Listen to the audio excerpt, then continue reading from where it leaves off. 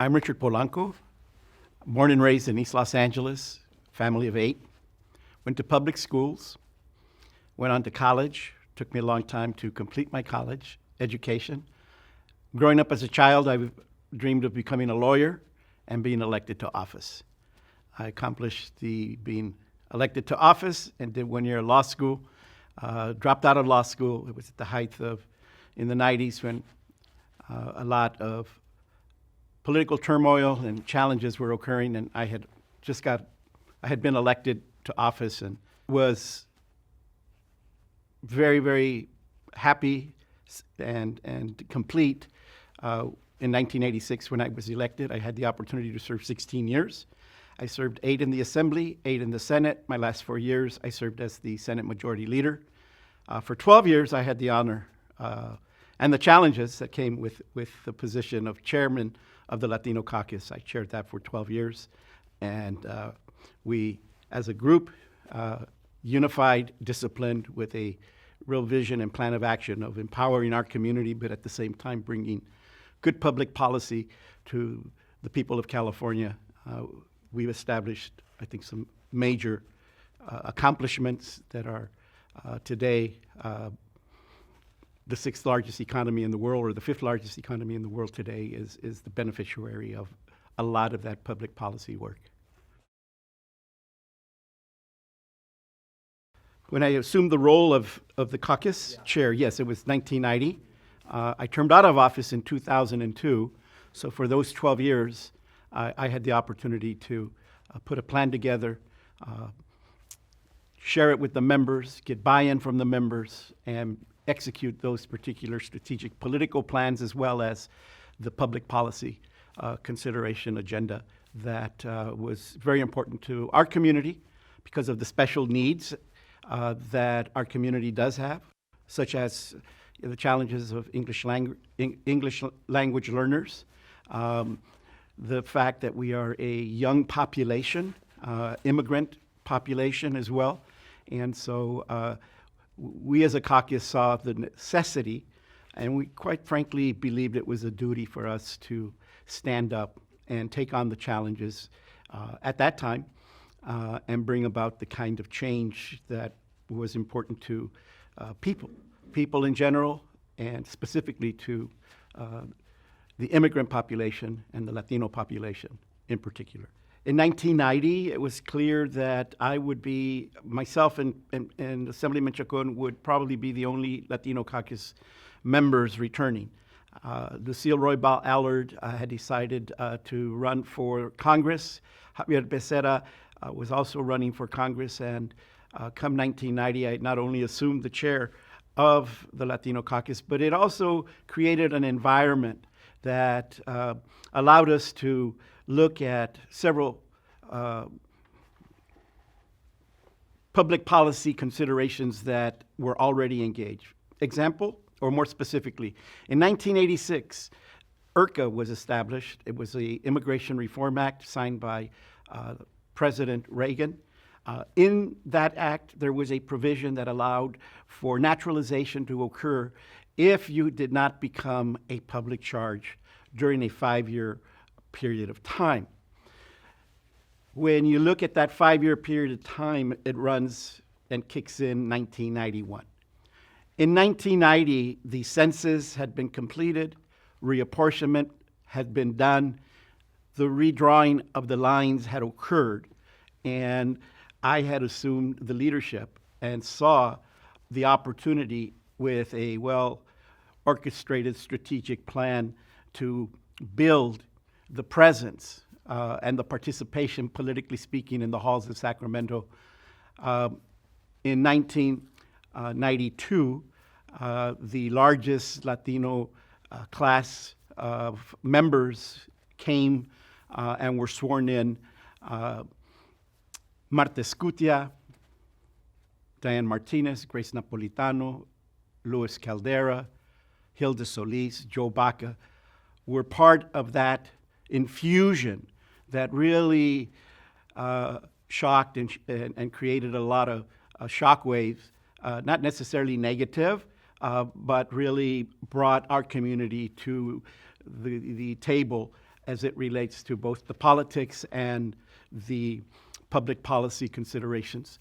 The very next year, in '93, Cruz Bustamante wins in a special election.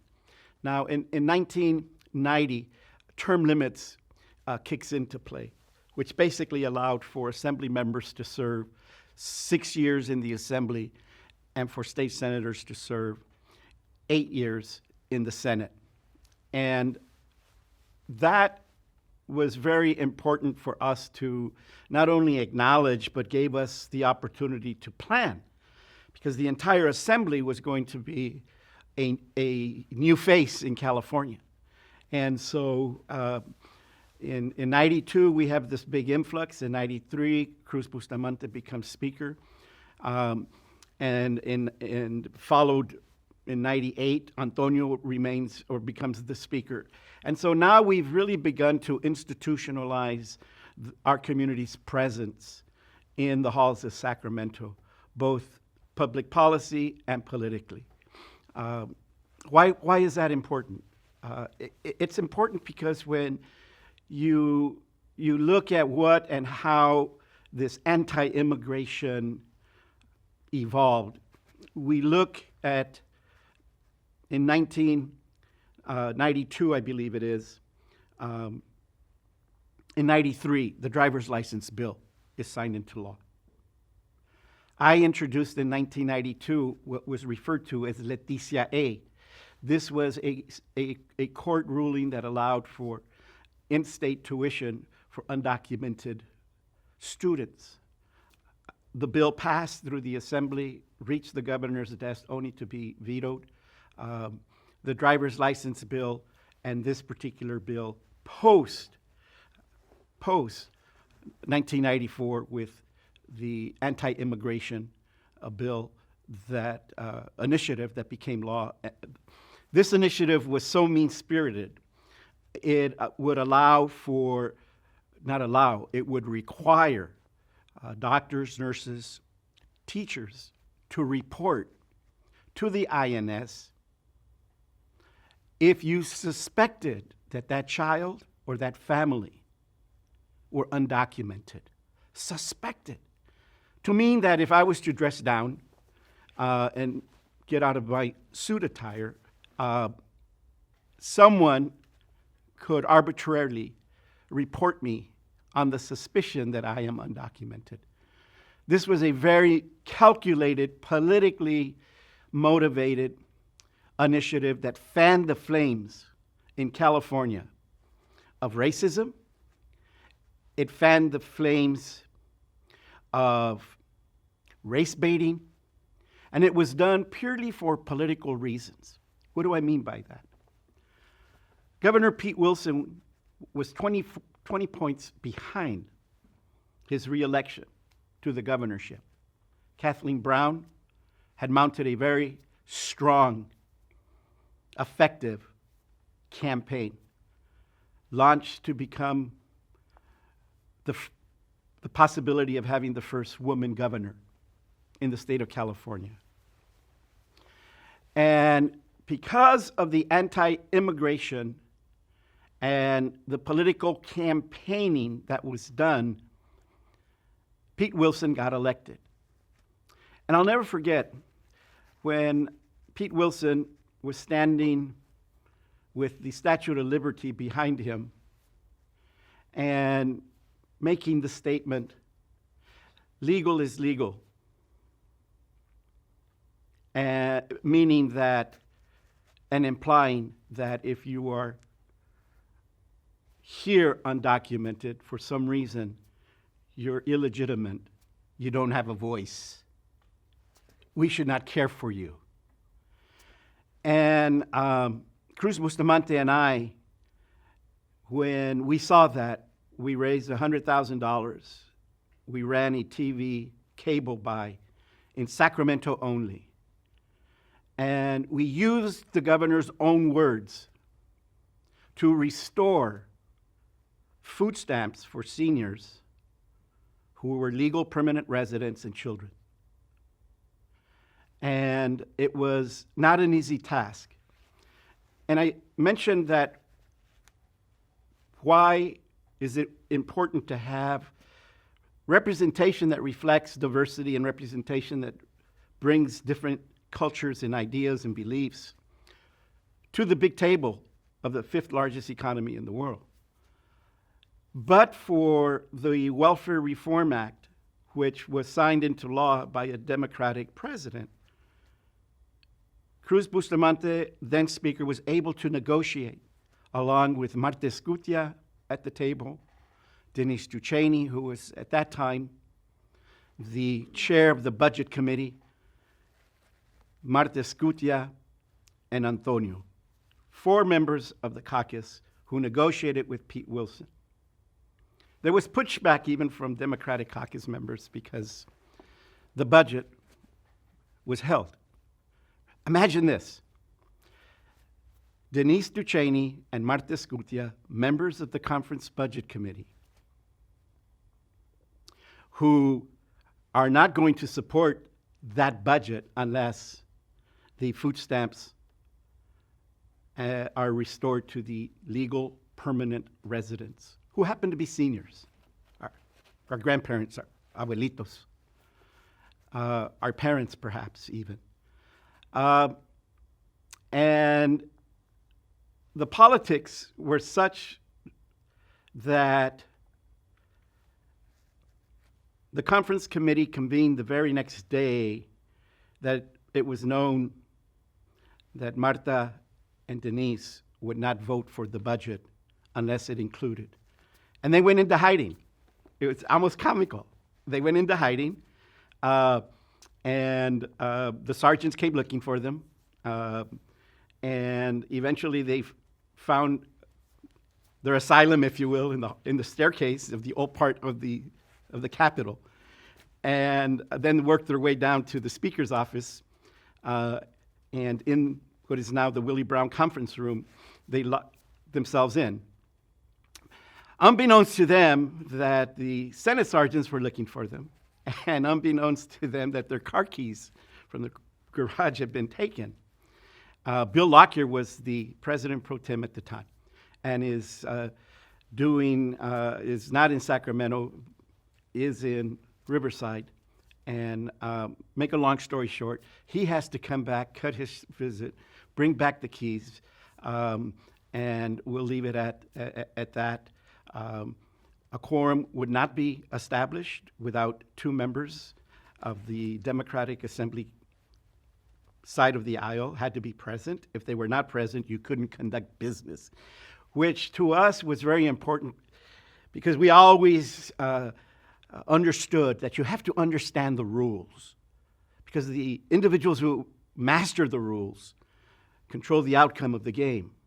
And this was very important to our community and to the Asian community and to the other recipients who happened to also have included the African American community. The Welfare Reform Act was a step backward from the democratic principles that we would not allow to occur. We have the importance of members now chairing the various committees. 1990, for the Assembly lost control, Democrats lost control of the state assembly. We lost control of the Congress. The new Newt Gingrich proposal, Make America Great. Pretty much the same thing. A contract with America was the mantra that was used, propelled, changed, and it was another call to us of the caucus to ensure that we mounted the kind of building of coalition with community-based groups, with our labor organizations, with the churches, and at the height of 187, it really gave the community a opportunity for all these groups to come. For the first time in my political life, to see 70,000, 100,000 go to the streets in opposition to this Proposition 187. Now, to make matters worse, 2 years later, in 1996, another proposition comes into existence, approved by the voters, and that is the anti-affirmative action. Now, as all this is occurring, the Latino Caucus has now created alliances and an infrastructure to assist in funding community-based agencies, church organizations, community colleges, adult schools, the necessary resources so that those who are now beyond the 5-year limit and who want to become naturalized, we now had the financing to pay for the naturalization process. It is estimated that about 500,000 new citizens were naturalized. The Tomas Rivera Center, along with Dr. Segura, has done some incredible analysis of how 187, the anti-affirmative action, and then 2 years later in 1998, the ballot initiative to end bilingual education that was sponsored by Hastings Reed. Because of these constant attacks, they were really attacks on the Latino community. Bilingual education, the anti-affirmative action, the 187. All of those were attacks after 187. So the anti-immigration fervor continued, but it did not discourage the Latino Caucus. We grew the very next year. The next largest class in 68, I think, was elected, and the rest is history.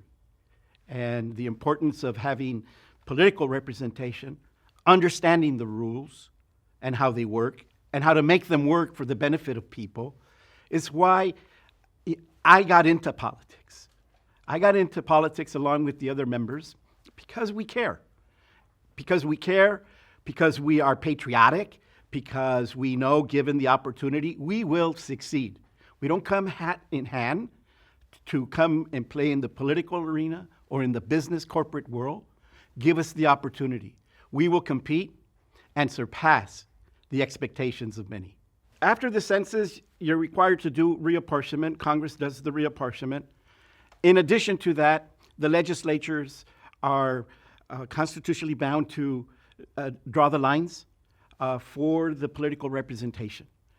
And so you have reapportionment, you have census, reapportionment, and then the redrawing of the lines. Well, just as we become knowledgeable on how to draw our lines, we as a caucus hired our own independent consultants outside of the Democratic Party. And so we were always wanting to institutionalize internally that of what has already existed. And so because of those and term limits, it was real clear that every member of the Assembly was going to be up for re-election. And that destabilized the speakership. Up to then, Willie Brown was speaker for a total of 18 years, if I'm not mistaken. And in so doing, we saw, as a caucus, we saw the opportunity to advance the first Latino speaker with Cruz Bustamante. And that was a successful accomplishment. That brought in just a tremendous amount of not only sense of pride. The Merced campus gets built as a result of Cruz being the speaker, contacting Denise. I need 10 million for planning, 300 million to be built. It's put into the bond that Antonio's carrying. And so we begin to see an advance within the framework of how things get done in California. But those elements of the term limits, the redistricting of lines, we had the opportunity to draw the lines. Now that's been changed. It's really interesting how you have campaign reform. We played by the rules. We were very successful. the proof is the net result of members getting elected, not just in Latino influence seats, but non-Latino influence seats. Liz Figueroa gets elected to the assembly in a district that has like 19% Latino registration. Deborah Ortiz, former chief of staff, gets elected to the assembly and to the Senate in the Sacramento area where you have maybe 12% Latino political voting population. And so as a caucus, we never subscribed to the notion that you can only run and be successful in minority ethnic seats. We broke that glass ceiling time and time again. We broke it in the Central Valley.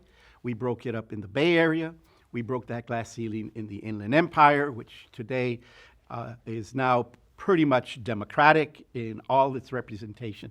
And I think it goes to the whole notion of that the Republican Party rolled the dice against a very significant, both economic and politically, community.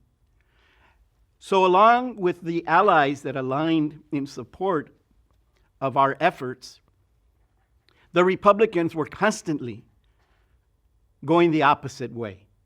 They posted guards in Orange County to suppress voters. They were sued. Settlement was done. Today, there is not one Republican constitutional officer in California. Today, there are but 5 members of Congress. Today, Orange County is what used to be the foundation of the Republican Party in California, is blue. And so, caution to the political leaders who believe that by scapegoating and bringing anti-immigrant messages and race baiting, I caution you, because this community will continue to grow, economically speaking and politically speaking. Not just in California. You can now look in different states in California where you're having the first Latino get elected to the council, the first mayor woman getting elected. And so know that our interest is what's in the best interest for the country. What is in the best interest for the country and our community is good for all the people of California and all the people of the United States of America.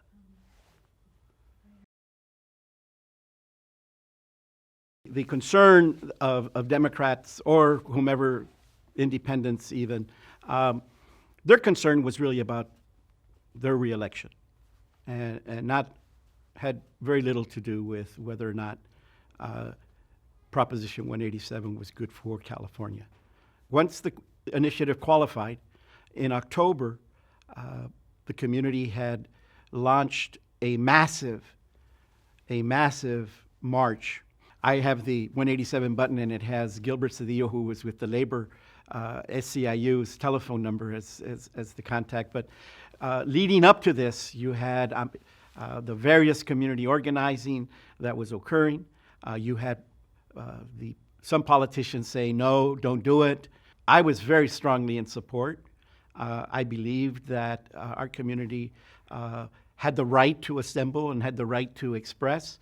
I think there was some concern with probably more at that particular rally, Mexico flags and American flags. I think that that to me really is inconsequential in that people are there to express. We are individuals who have our roots in Mexico. We are also individuals who have our roots here in America.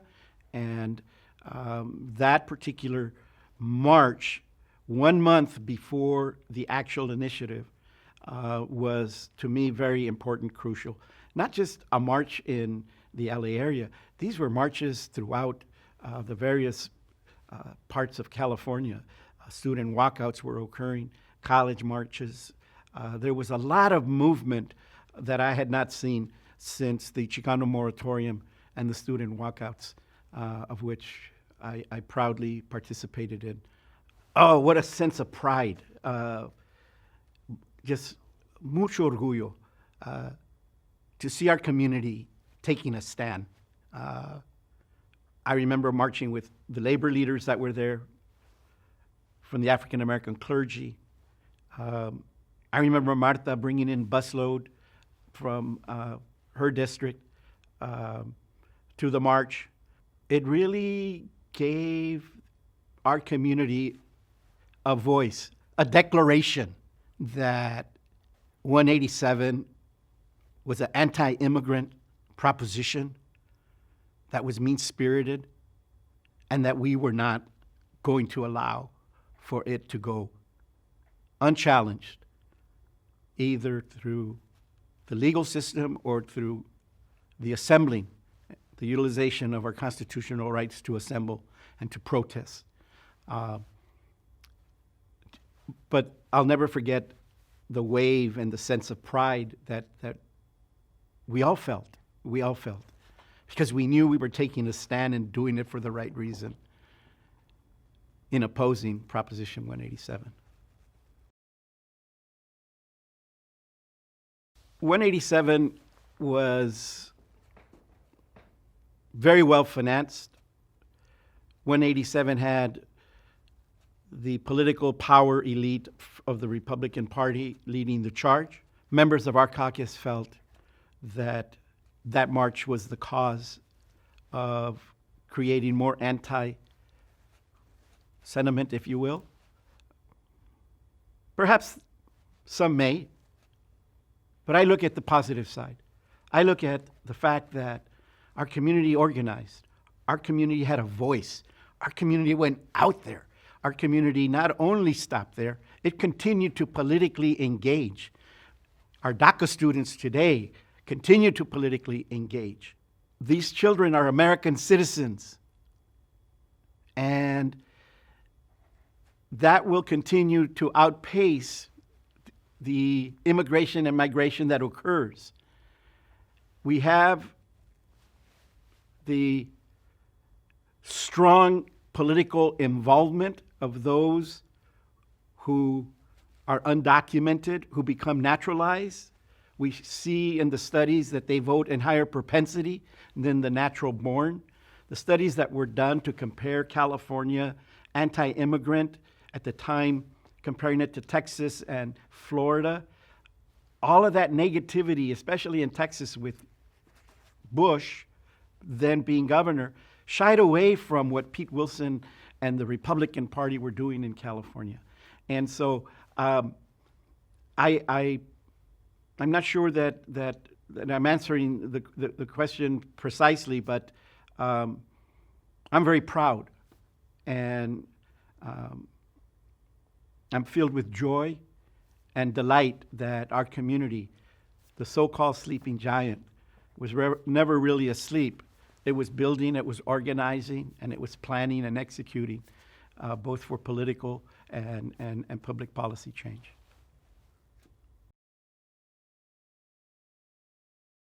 I would have thought that we had learned it, but obviously with this president and the Republican stronghold on the Senate side are just continuing to perpetuate what didn't work in California. The fact that we don't have comprehensive immigration reform, the fact that you're scapegoating the immigrant population, breaking up families, taking kids away from their parents. I mean, this is horrible. This is horrible. I'm not sure that, based on that, whether or not they took what has happened in California seriously enough. We will overcome all the rhetoric. And when I say we, I don't mean just the Latino community. I mean people of good heart, of goodwill. What we see is evil. What is occurring is evil behavior. And that is not sustainable.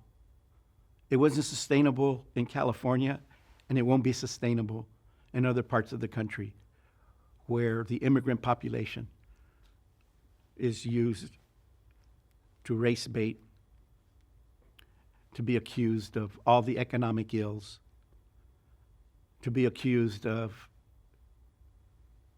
being on welfare. All of that negativity we went through.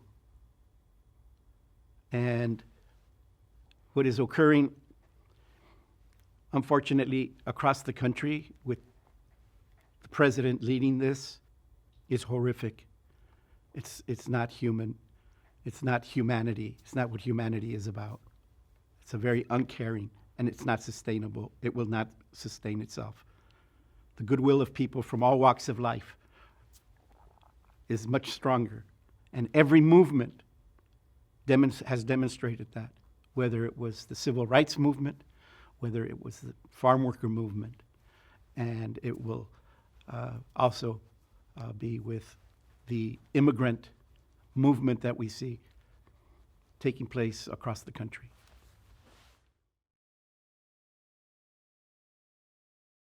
The California Supreme Court ruling 187 constitutional. It would be the beginnings of some horrible stories and experiences that would have traumatized much of what we see and read today. Innocent kids, our grandparents, our brothers, our sisters. And for what? And for what? For political gain, for political seat, for political victory? Why? Why would someone advance something that creates fear, anxiety? We see it today. We see that fear and that anxiety. Kids going to school not knowing if they come home.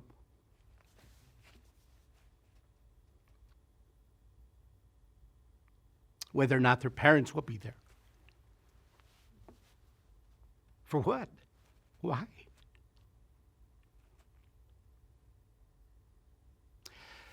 School teachers would be required to report. The Attorney General of California at the time, Lundgren, who also supported 187, would create a depository of those who are suspected of being here undocumented. And the whole notion that they are here taking social services away is bunk. Every year, the Department of Social Services issues a report and a profile of who is receiving. And the predominantly recipients, I can tell you, are Caucasian women.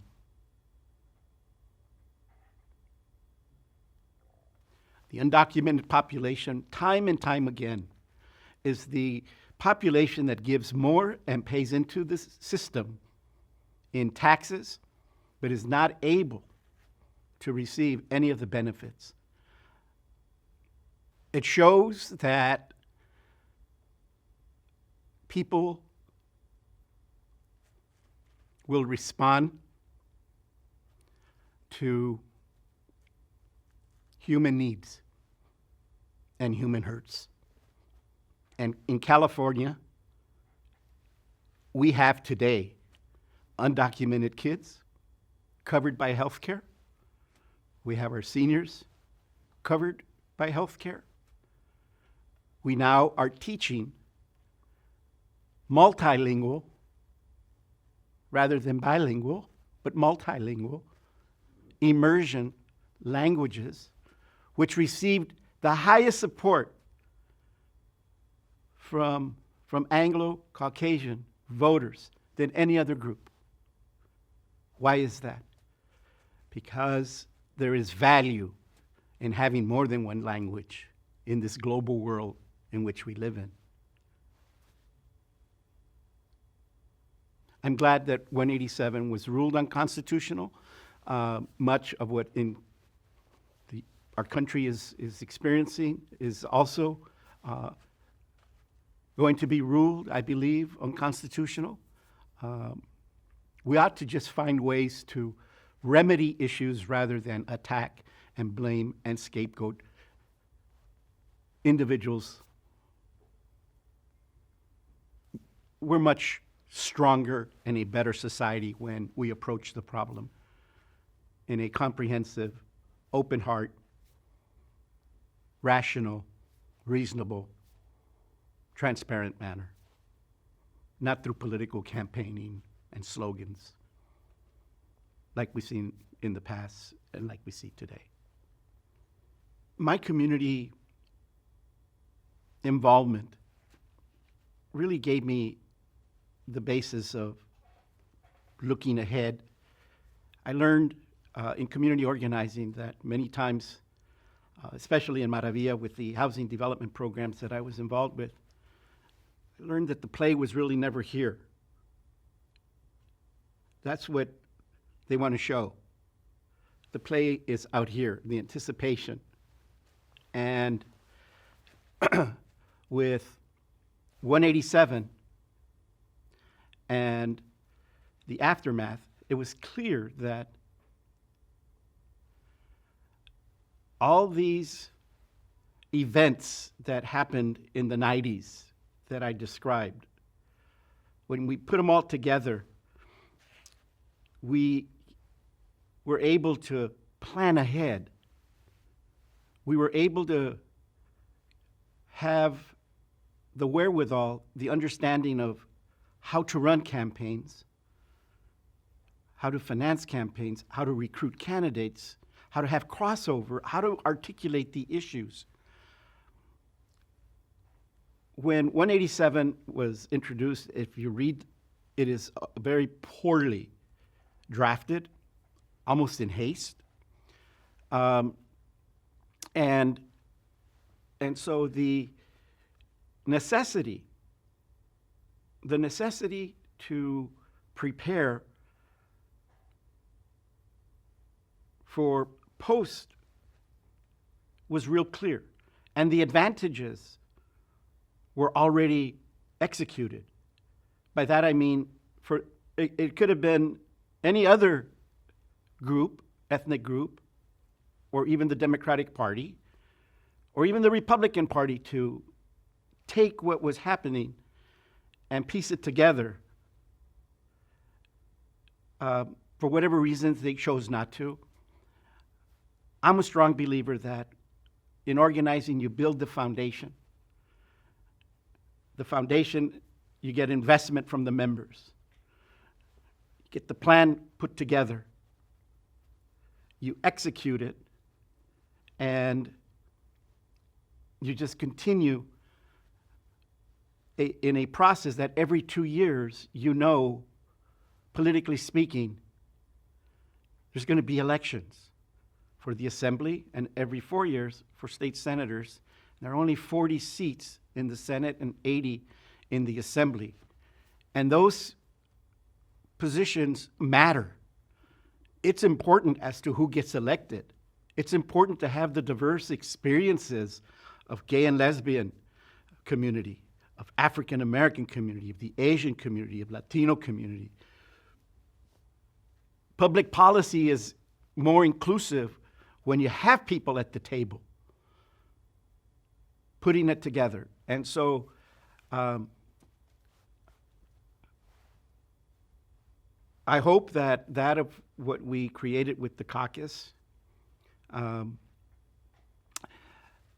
continues because it's imperative that we remain politically active, not just in Sacramento, but in our local city councils, in our school boards. I'm proud that I authored the California Voting Rights Act, which basically allows for cities that have at-large elections that may, for example, have a population of 80% ethnic minority, predominantly Latino or otherwise, but the entire council is not reflected. The bill allows for a challenge in the court and it allows for districts elections versus at-large elections. To date, over 200 municipalities in California have exercised, and in doing so, they are now having representation on those city councils, on those school boards. That matters. That makes a hell of a difference. That creates more inclusion. That creates a better public policy. So I guess it's a long ways to say that looking at what the building blocks were, they continue to be there, albeit the rules change. Now you have bans on transferring the money for campaign. You have to disclose. Back then, we could transfer. We could raise as much as you want. You had to report it. Rules got changed. Term limits participation to 6 years for assembly members. Didn't happen by accident. I think there's things don't happen in the political arena by accident. These are well thought out strategic plans that are executed both for the good, for the public good, and at times, obviously, to hurt the public.